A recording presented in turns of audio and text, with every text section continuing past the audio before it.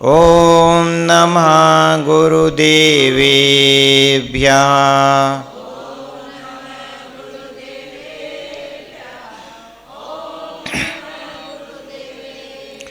ॐ नमः वीराक्षागरेभ्यः।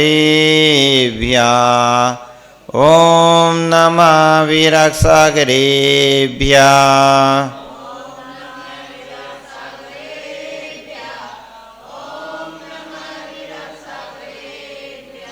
नमः श्रीवर्धमानाय निर्धूतकलिलात्मने सालोकानां त्रिलोकानां यद्विद्यादर्पणायते यद्विद्यादर्पणायते। गुरु अर्हत् गुरु सिद्धे गुरुराचार्य पाटिका गुरु साक्षात् परम साधु तस्मै श्री गुरवे नमः। तस्मै श्री विराग गुरवे नमः।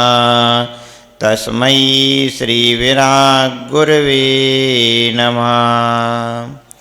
अनंत अनंत सिद्ध परमेश्वरी भगवान की, देवादिदेव 1008 श्री पार्श्वनाथ भगवान की, देवादिदेव 1008 श्री सिमंदर स्वामी भगवान की, परम पूज्य आचार्य समंत्रवद्य स्वामी की, परम पूज्य वात्सल रत्नाकराचार्य श्री विमल साजी महाराज की, परम पूज्य तपस्वी सम्राट आचार्य श्री सनमती साजी महाराज की, परम पूज्य योग प्रतिकोण प्रवर्तक सर्वोत्कृष्ट समाधि साधक राशन गणाचार्य गुरुदेव श्री विराग साजी महाराज की, अहिंसामयी विश्व धर्म की।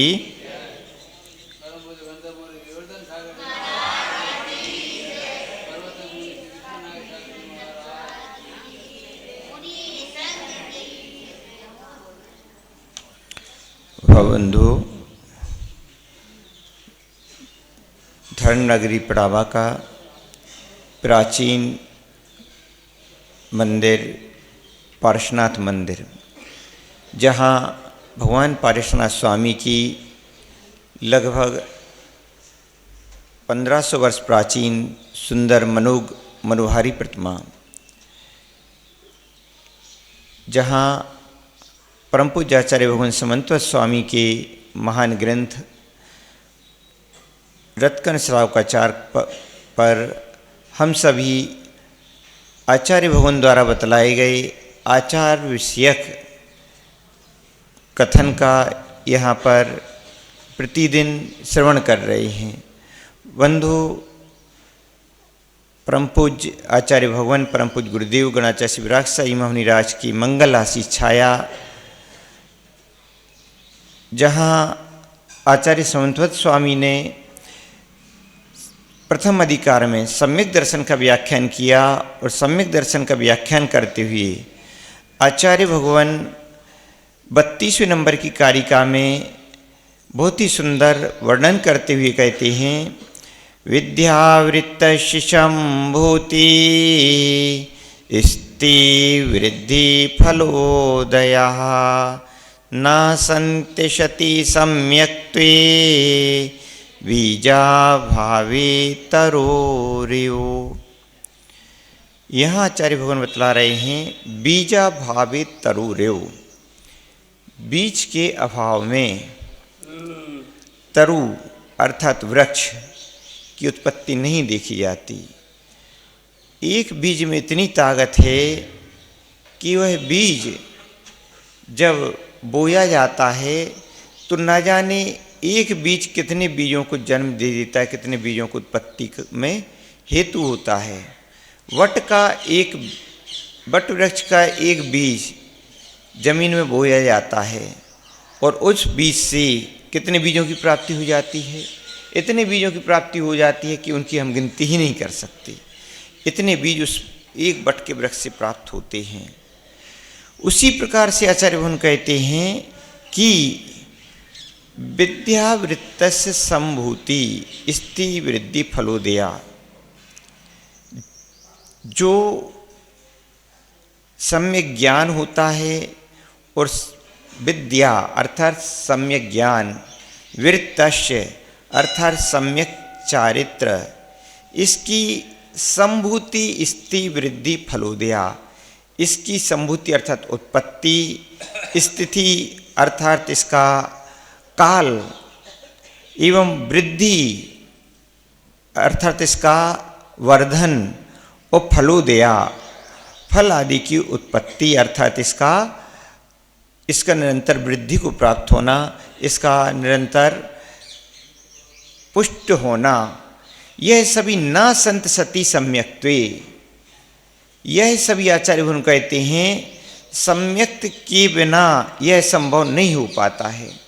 जहाँ सम्यक दर्शन होता है वहीं पर ही फिर सम्यक ज्ञान की और सम्यक चारित्र की स्थिति वृद्धि फलोत्पत्ति देखी जा सकती है। बिना सम्यक के अभाव में इसका विकास नहीं हो सकता, ज्ञान एवं चारित्र की उत्पत्ति नहीं हो सकती है। बंधु, सम्यक की महिमा कही गई। सम्यक दर्शन जहाँ पर है वहीं पर ही ज्ञान होता है। यदि सम्यक दर्शन नहीं है तो सम्यक ज्ञान भी नहीं होता है। सम्यक दर्शन और सम्यक ज्ञान, जिस प्रकार से जब अग्नि उत्पन्न होती है तो अग्नि पहले उत्पन्न होती है अथवा ताप पहले उत्पन्न होता है? क्या उत्पन्न होता है? अग्नि पहले उत्पन्न हुई कि ताप पहले उत्पन्न हुआ? दोनों युगपद ही होते हैं, अलग अलग नहीं होते हैं कि अग्नि पहले उत्पन्न हो गई हो और उसका ताप बाद में उत्पन्न हुआ, उसकी ऊष्मा बाद में उत्पन्न हुई हो। नहीं, जैसे अग्नि उत्पन्न होती है उसी क्षण से ही उसमें ताप भी उत्पन्न हो जाता है।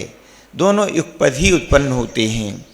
इसी प्रकार से जहाँ सम्यक दर्शन की उत्पत्ति होती है वहीं से ही उसी समय से ही उसी क्षण से ही सम्यक ज्ञान की ही उत्पत्ति होती है।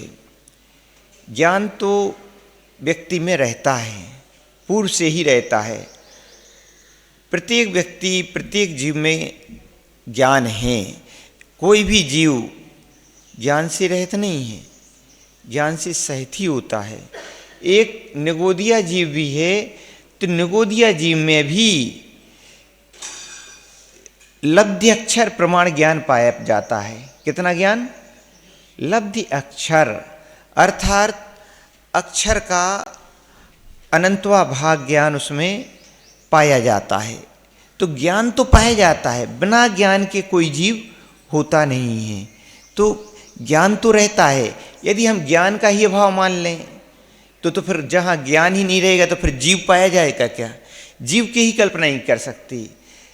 प्रत्येक जीव के अंदर में अनंत ज्ञान, अनंत दर्शन, अनंत सुख, अनंत वीर है, लेकिन वह मिथ्यात्व की अवस्था के कारण से प्रकट रूप में नहीं रहता है।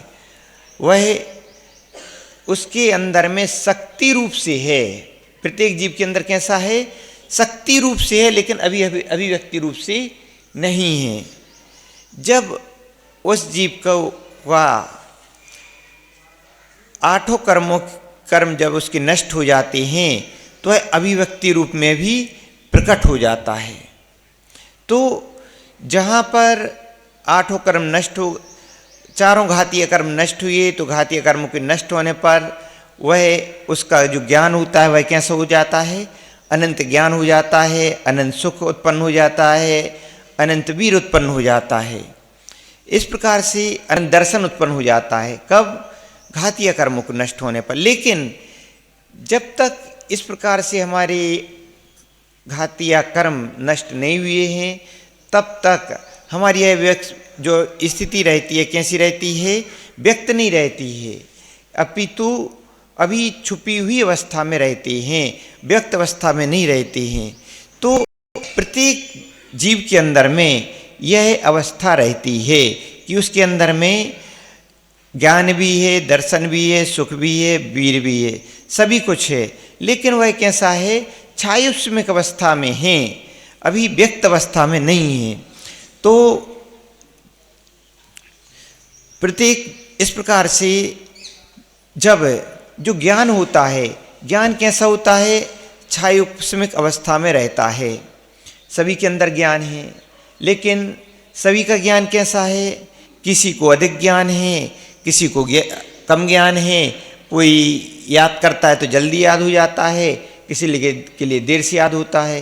क्लास में 30 बच्चे हैं, लेकिन कोई बच्चा को जल्दी याद हो रहा है, किसी छात्र को जल्दी याद हो रहा है, किसी को कई बार जब टीचर बोलते हैं तब याद होता है। तो सबका अलग अलग क्षयोपम होता है, अपने अपने क्षयोपम के अनुसार सबको याद होता है। तो ज्ञान तो सभी के अंदर है, लेकिन ज्ञान कैसा है? ज्ञान मिथ्या ज्ञान रहता है। जब जीव के अंदर में सम्यक दर्शन की प्राप्ति होती है, तो सम्यक दर्शन की प्राप्ति होते साथ ही जो ज्ञान भी रहता है, मिथ्या ज्ञान भी रहता है, वह मिथ्या ज्ञान क्या हो जाता है? वह सम्यक ज्ञान में परिवर्तित हो जाता है। तो ज्ञान तो रहता है, लेकिन कैसा रहता है? मिथ्या रूप में रहता है। और मिथ्या ज्ञान सम्यक ज्ञान में परिवर्तित हो जाता है। कब परिवर्तित होता है? जब जीव के लिए सम्यक दर्शन की प्राप्ति होती है। अनादिकाल से जीव कैसा है? मिथ्यात अवस्था से सहित है, मिथ्या दर्शन के साथ में है। और जब उसका ज्ञान, उसका मिथ्या दर्शन सम्यक दर्शन में परिवर्तित हो जाता है। कब परिवर्तित होता है? जब सच्चे देवशास्त्र गुरु के प्रति श्रद्धा, 7 तत्वों पर श्रद्धा, 6 द्रव्यों पर श्रद्धा उत्पन्न होती है, 9 पदार्थों पर श्रद्धा उत्पन्न होती है, तब उसके लिए सम्यक दर्शन की प्राप्ति होती है। और जहाँ सम्यक दर्शन की प्राप्ति होती है, तो उसी समय से ही उसका ज्ञान क्या हो जाता है? सम्यक ज्ञान हो जाता है। पहले ज्ञान था, लेकिन उसका ज्ञान क्या कार्य करता था? उसके ज्ञान में यही रहता था कि ठीक है, भगवान है तो सभी भगवान एक से हैं। जिस प्रकार से दूसरे लोगों के भगवान होते हैं, उसी प्रकार से हमारे भगवान हैं। भगवान में भेदभाव क्या करना? इस प्रकार का ज्ञान कार्य करता है। कब? मिथ्यात्व की अवस्था में। मिथ्यात्व की अवस्था में वह प्रेरित करता है कि भेदभाव क्यों करते हो? दूसरों के भगवान, जैसे अपने भगवान वैसे दूसरे के भगवान। अपने भगवान का आदर कर रहे हैं, दूसरे भगवान का भी आदर करो, उनका भी सम्मान करो। यह कौन कर रहा है? मिथ्या ज्ञान यह करा रहा है। मिथ्या दर्शन इस प्रकार की प्रेरणा दे रहा है कि अंतर मत डालो। तो वह इस प्रकार का कार्य करता है कि ठीक है, माँ कहती है कि अपने भगवान के दर्शन किया करो, तो अपने भगवान के तो दर्शन कर लिए, लेकिन जब देखा कि हाँ वहाँ रास्ते से जा रहा है, स्कूल ले जा रहा है, और उसने देखा कि दूसरे लोग दूसरे मंदिर में क्या करते हैं, जब उनका मंदिर आता है दूसरे लोगों का, तो वो क्या करते हैं? वहाँ पर हाथ जोड़ करके बाहर से नमस्कार कर लेते हैं। तो उसने भी क्या किया? ठीक है, हम भी ऐसा करेंगे। दूसरे भी मंदिर मिले तो उसने क्या कर लिया? धीरे से अपनी गर्दन झुका करके नमस्कार कर लिया। देखा कोई नहीं देख रहा है तो हाथ जोड़ करके नमस्कार कर लिया। अब ये सब कौन कर रहा है? मिथ्या दर्शन, मिथ्या ज्ञान, यह सब कर रहा है। मिथ्या दर्शन, मिथ्या ज्ञान के कारण से हमारे यह संस्कार निरंतर मिथ्यात्व के संस्कार ही पल्वित होते रहते हैं। तो आचार्य भगवान यहाँ पर यही बतला रहे हैं कि जिस प्रकार से बीजाभावे तरोरेव, बीज के अभाव में वृक्ष की उत्पत्ति नहीं देखी जाती है, उसी प्रकार से सम्यक दर्शन के अभाव में सम्यक ज्ञान और सम्यक चारित्र की उत्पत्ति भी नहीं देखी जाती है। अपितु सम्यक दर्शन के अभाव में मिथ्या ज्ञान और मिथ्या चारित्र ही क्या करता है? अपनी मिथ्या ज्ञान मिथ्या चारित्र की ही वृद्धि होती है, और उसी का ही स्थिति उत्पत्ति आदि देखी जाती है। तो हमारे लिए चाहिए कि सम्यक दर्शन, उस सम्यक दर्शन की ओर ध्यान दें, सम्यक दर्शन की वृद्धि इसकी ओर ध्यान दें। यदि सम्यक दर्शन नहीं है तो अपना सम्यक ज्ञान और सम्यक चारित्र भी निरर्थक है। यहाँ पर स्थिति वृद्धि फलोदया संभूति, संभूति अर्थात उत्पत्ति कहलाती है, रास्ता धन्य कहा एक तो बार जो देखे तुमको सोए भाग्य जगा। सम्यक ज्ञान है, सम्यक दर्शन नहीं है तो सम्यक ज्ञान भी नहीं है, और सम्यक ज्ञान भी नहीं है और सम्यक चारित्र भी जो होता है, जहाँ पर मिथ्या तो है, मिथ्या दर्शन है, तो फिर जो चारित्र होगा वह चारित्र भी कैसा होगा, मिथ्या परक चारित्र ही होगा, या तो चारित्र होगा ही नहीं, और होगा तो कैसा, मिथ्या सहित चारित्र होगा, और उसी के कारण से व्यक्ति भटक जाता है, और कई बार चारित्र के पथ पे जाता है तो मिथ्या चारित्र के पथ पर चला जाता है। तो इस प्रकार से ध्यान रखना चाहिए कि सम्यक दर्शन को धारण करना चाहिए। सम्यक दर्शन के अभाव में बीज वृक्ष नहीं, जिस प्रकार से बीज के अभाव में वृक्ष की प्राप्ति नहीं होती है, उसी प्रकार से सम्यक दर्शन के अभाव में सम्यक ज्ञान और सम्यक चारित्र की प्राप्ति नहीं होती है। और जहाँ पर सम्यक दर्शन की प्राप्ति हो जाती है तो सारा का सारा ज्ञान सम्यक ज्ञान के रूप में परिवर्तित हो जाता है, उसी क्षण से अपने विचारों में परिवर्तन आ जाता है। जहाँ सम्यक ज्ञान की प्राप्ति हुई वो इसी क्षण से फिर क्या भाव होते हैं, जहाँ सम्यक दर्शन की प्राप्ति हो गई फिर एक ही भाव उत्पन्न होगा कि शास्त्रों में अनंत परमेष्टि ने क्या कहा है। जैसे जैसे हमारे लिए जिनेंद्र भगवान की वाणी का ज्ञान होता जाएगा और जैसे जैसे हमारे ज्ञान में वृद्धि होती जाएगी, वैसे वैसे हम जिनेंद्र भगवान द्वारा बताए हुए पथ पर बढ़ने लगेंगे। और जब तक जिनेंद्र भगवान द्वारा बताया गए पथ का ज्ञान नहीं है, हो सकता है उस अज्ञानता में कोई अज्ञानता पर कार्य होता रहे, लेकिन जिस क्षण से बोध होगा, जिस क्षण से कोई भी गुरुजन बतलाएंगे कि यह कार्य जो आप कर रहे हैं यह उचित नहीं है, इस कार्य को इस प्रकार से करना चाहिए। जैसे कि कोई किसी व्यक्ति ने जा करके कोई व्यक्ति इस प्रकार का कार्य करता है कि जैसे अभी हमने बतलाया कि वहाँ पर जाकर के दूसरा मंदिर देखा तो वहाँ पर सिर झुका दिया, इस प्रकार का कार्य कर लिया। कोई व्यक्ति है अन्य स्थान पर गया और अन्य स्थान पर अपने दोस्तों के साथ में गया और दोस्तों के साथ में वो कहाँ ले गए, मंदिर के लिए अन्य मंदिर ले गए। कहीं पर किसी के लिए श्वेतांबर मंदिर था, वहाँ पर दिगंबर मंदिर था ही नहीं, तो श्वेतांबर मंदिर में उसका दोस्त ले गया। अब श्वेतांबर मंदिर में ले गया, वहाँ पर उसने दोस्त के साथ में वहाँ के दर्शन कर लिए।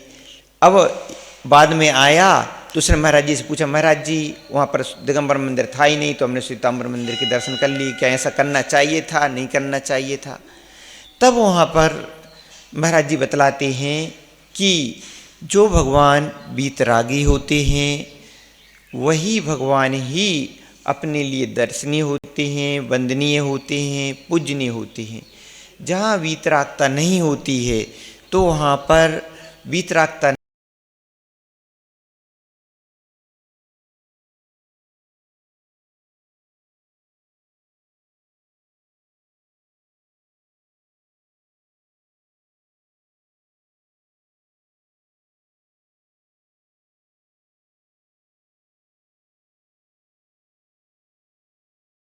अब वे भी तो भगवान ही हैं, क्या होता है हमने सिर ही मात्र झुका दिया। तो यह सम्यक दर्शन की स्थिति होती है।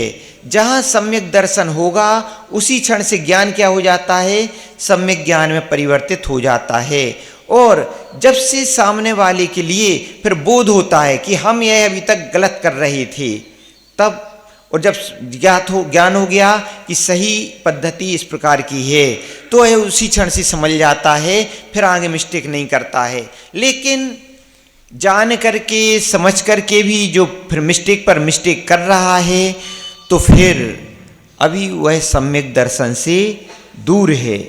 सम्यक दर्शन तो जहाँ होता है तो उसी क्षण से वह व्यक्ति समझ जाता है, और जब उसके लिए बतलाया जाता है, जब उसके लिए स्थितिकरण किया जाता है, तो फिर वह पुनः मिस्टेक नहीं करता है। तो इस बात का ध्यान रखना चाहिए कि हमारे लिए जैसे जैसे हम जनवाणी का स्वाध्याय करते हैं, अध्ययन करते हैं, गुरुजनों के प्रवचन सुनते हैं, श्रवण करते हैं, तो जैसे जैसे हमारे लिए ज्ञान होता जाता है, सम्यक ज्ञानी का लक्षण यह है कि अपने आग्रह, हटाग्रह, दुराग्रह को छोड़ करके जो बतलाया गया है उसमें सुधार करता जाता है।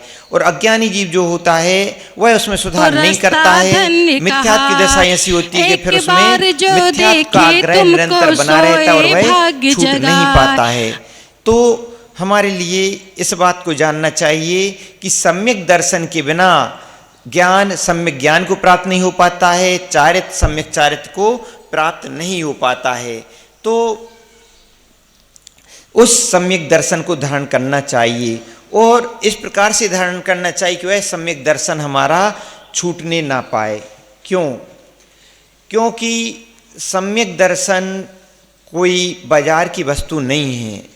सम्यक दर्शन तो उस चिंतामणि रत्न के समान है। जो चिंतामणि रत्न एक बार यदि गुम हो जाए तो प्राप्त हो पाएगा कि नहीं हो पाएगा? नहीं हो पाएगा। सम्यक दर्शन तो उस राई के दाने के समान है कि राई के दाने को आप समुद्र में छोड़ दीजिए और उसके पश्चात में, अरुण भैया, क्या नाम? अरुण, हम आपसे कहें कि जाओ समुद्र में से जो राई का दाना गिराया था उसको निकाल करके लाओ, ले आओगी? अपनी सिंटेक्स की टंकी में भी राई का दाना डाल दो और हम कहें कि निकाल करके लाओ उसमें से, तो भी नहीं ला पाओगी। फिर समुद्र की तो बात ही क्या है। तो इसी प्रकार से सम्यक दर्शन है। सम्यक दर्शन एक बार यदि छूट गया तो फिर कब प्राप्त होगा, कब प्राप्त नहीं होगा, भरोसा नहीं है। सम्यक दर्शन के लिए जो विशुद्धि लब्धि, देशना लब्धि, क्षयोपशम लब्धि और प्रायोग लब्धि तो प्राप्त होने पर, हाँ, देशना लब्धि, प्रायोग लब्धि तो एक बार प्राप्त होने के पश्चात में सम्यक दर्शन की प्राप्ति हो जाती है। लेकिन उसके पहले ये जो लब्धियां होती हैं, देशना लब्धि आदि जो होती हैं, क्षयोपशम लब्धि होती है, यही तो न जाने कितनी बार प्राप्त होती हैं और छूट भी जाती हैं। तो हमें ध्यान रखना चाहिए कि जब जीवन में कभी कभी ये इस प्रकार की परिणति होती है कि अपनी परिणति काफ़ी निर्मल होती है और परिणामों की विशुद्धता अत्यधिक होती है, उस समय लेकिन हम क्या करते हैं कि जीवन में जब उस प्रकार के परिणाम आते हैं, विशुद्धि के परिणाम आते हैं, निर्मलता के परिणाम आते हैं, उस समय हम उन परिणामों को कुछ समय तक क्या करते हैं, तुरंत ही क्या कर दिया जाए, जो बीज बोया है उस बीज में यदि निरंतर पानी डाला जाए, निरंतर उसमें खाद डाली जाए, उसका ध्यान रखा जाए, तो क्या होता है, वह बीज वृद्धि को प्राप्त हो जाता है। लेकिन आपने बीज तो बोया लेकिन बीज में पानी नहीं दिया, उसमें उसका ध्यान नहीं रखा, उसके लिए जो उपयुक्त जो सूर्य की रोशनी चाहिए थी वह सूर्य की रोशनी प्राप्त नहीं हो पा रही थी, तो उस पर आपने ध्यान नहीं दिया, तो क्या वृक्ष वृद्धि को प्राप्त हो पाएगा? नहीं हो पाएगा। इसी प्रकार से हमारे जो कभी कभी निर्मल परिणाम होते हैं, विशुद्धि के परिणाम होते हैं और इस प्रकार के जब भाव होते हैं, तब हम उस विशुद्धि के भावों के समय अपने परिणामों की ओर ध्यान नहीं देते और क्या करते हैं, उस समय जो निर्मल परिणाम हुए तो अपने निर्मल परिणामों को और अधिक इस प्रकार के निमित्तों पर ध्यान देना चाहिए जो हमारे परिणामों की विशुद्धि में हेतु बने। उस समय आप स्वाध्याय की समय बढ़ाओ, उस समय आप जो अभिषेक करते हैं, भगवान के दर्शन करते हैं, तो उस दर्शन अभिषेक की पद्धति को निरंतर जारी रखो। उस समय हम जो गुरुजनों का उपदेश सुनते हैं तो गुरुजनों का उपदेश सुनना जारी रखो और भी जो धर्म के कार्य होते हैं उस धर्म के कार्यों से निरंतर जुड़े रहें। तो उस समय जो हमारे जो इस प्रकार के निमित्त बनते हैं, क्षयोपशम लब्धि, देशना लब्धि, विशुद्धि लब्धि, जो इस प्रकार की जो कई बार जीवन में प्राप्त होती हैं लेकिन छूट जाती हैं, तो इस प्रकार की जब हम पुरुषार्थ करेंगे, उस विशुद्धि में हम निरंतर जल आदि डालेंगे, तो हमारा क्या हो जाएगा कि जब धार्मिक रुचि को हम निरंतर वृद्धिगत रखेंगे, तो हमारे लिए जो सम्यक दर्शन के जो इस प्रकार की 5 लब्धियां कही गई, 5 लब्धि की पूर्णता को हम प्राप्त हो जाएंगे। और 5 लब्धि की पूर्णता को प्राप्त हो गए तो कौन सा सम्यक दर्शन की प्राप्ति होती है? प्रारंभिकता में उपसम सम्यक दर्शन। उपसम सम्यक दर्शन का काल भी कितना होता है? अंतर्मुहूर्त का काल होता है। और अंतर्मुहूर्त में यदि हमने समले तो फिर वह उपसम सम्यक दर्शन कौन से सम्यक दर्शन में बदल जाता है? क्षयोपसम सम्यक दर्शन में। और यदि हमने उस समय ध्यान नहीं दिया तो वह सम्यक दर्शन भी क्या हो जाएगा? छूट जाएगा बंधु। और वह छूटा हुआ सम्यक दर्शन कब प्राप्त होगा तो भरोसा नहीं है। तो इसलिए आचार्य भगवान कहते हैं कि वह सम्यक दर्शन भी क्या है? समुद्र में डाले हुए राई के दाने के समान है कि एक बार वह सम्यक दर्शन खो गया, एक बार अपनी निर्मल भाव खो गए, तो फिर वह निर्मल भाव कब प्राप्त होंगे, प्राप्त नहीं होंगे, भरोसा नहीं है। तो जो हमारे अंदर निर्मल भाव उत्पन्न होते हैं, हमारे लिए चाहिए कि उन निर्मल भावों को फिर कभी छूटने ना दें, और वह हमारे निर्मल भाव बने रहेंगे। तो आपके वह निर्मल भाव, आपका वह सम्यक दर्शन आपके लिए भगवान भी बना देगा। और आपका वह भाव, निर्मल भाव छूट गए तो फिर भरोसा नहीं है कि जीवन में पुनः सम्यक दर्शन कब प्राप्त हो, कब प्राप्त ना हो। तो हमें जीवन में चाहिए कि आचार्य भगवान ने जो कहा है कि बीजा भावे तरो रवो, बीज के अभाव में वृक्ष की उत्पत्ति नहीं होती है। इसी प्रकार से जो हमारे लिए अंदर में निर्मल परिणाम हैं, जो धर्म के संस्कार हैं, उन धर्म के संस्कारों को अपने लिए स्वयं ही जगाना पड़ेगा। यदि हमने अपने धर्म के संस्कारों को नहीं जगाया, धर्म के संस्कारों को वृद्धिगत नहीं किया, तो फिर हमारे धर्म के भाव सुप्त हो जाएंगे। और सुप्त हो गए तो फिर मालूम नहीं फिर कब जागृत हो पाएंगे।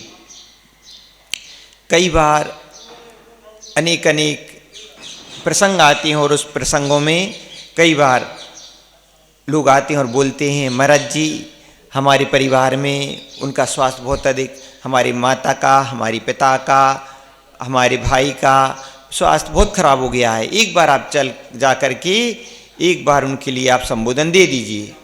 कई बार लोग आते हैं, लेकिन हम भी संबोधन के लिए जाते हैं, लेकिन कई बार ऐसा महसूस होता है कि हमने जो संस्कार डाले, अपने अंदर में डाले, उन संस्कारों में कुछ कमी रह जाती है। तो हम जब ऐसी परिस्थिति में देखते हैं कि कई बार क्या होता है कि जब इस प्रकार की परिस्थिति आती है जीवन में, हमारी के सभी की परिस्थिति आनी है, एक व्यक्ति की बात नहीं है, कोई भी व्यक्ति ऐसा नहीं है कि जीवन में वह परिस्थिति ना आनी हो। एक समय बाद अब अस्पताल तो जाते हैं, कोई भी रोग बीमारी है अस्पताल जाते हैं, अस्पताल जाने के पश्चात आपका इलाज चलता है, सब कुछ चलता है, ठीक है, एक अवस्था तक इलाज चलता रहता है, सब चलता रहता है। और एक अवस्था ऐसी भी आती है कि डॉक्टर बोल देता है कि अब परिवार के लोगों से बोल देता कि अब आप इनको घर ले जाइए और आप सभी इनकी सेवा कीजिए।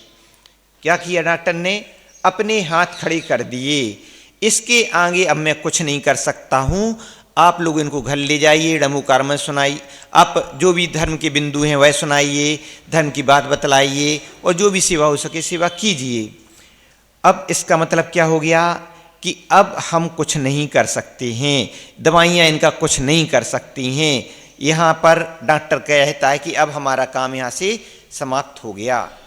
बंधु, अब इसके पश्चात में अब फिर आश्रय होता है एकमात्र धर्म।